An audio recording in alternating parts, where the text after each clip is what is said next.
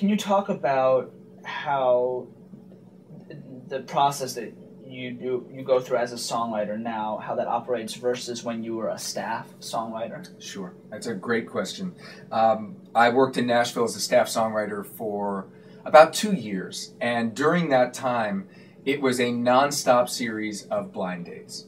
And what that meant was my publisher would think of people that they thought I might have some writing chemistry with.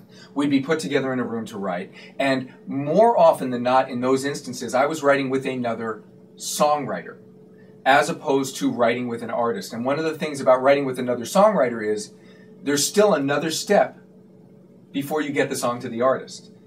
So I learned a lot because especially when you have a publishing deal, I'm of two minds about whether publishing deals have a real value for all songwriters. I think for some songwriters they're essential, and for others it's just a bad idea.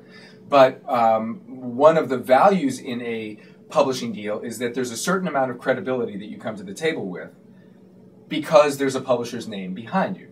And as a result, I was put together with writers who were, in a lot of instances, more experienced than I was, which was a huge boon to my songwriting. It was hugely helpful to be put together with songwriters who had been at it for a long time and really knew their craft.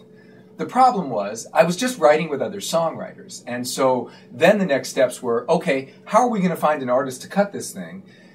Can we get it to them? Will they listen to it?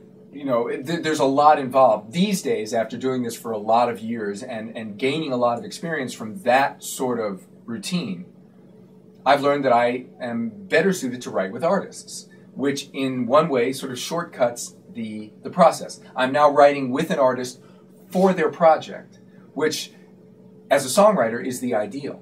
Because if you can write with someone and help them get in their zone and write with their voice, you have a much greater likelihood of that song ultimately ending up on a recorded project. So I'd say that's the major difference.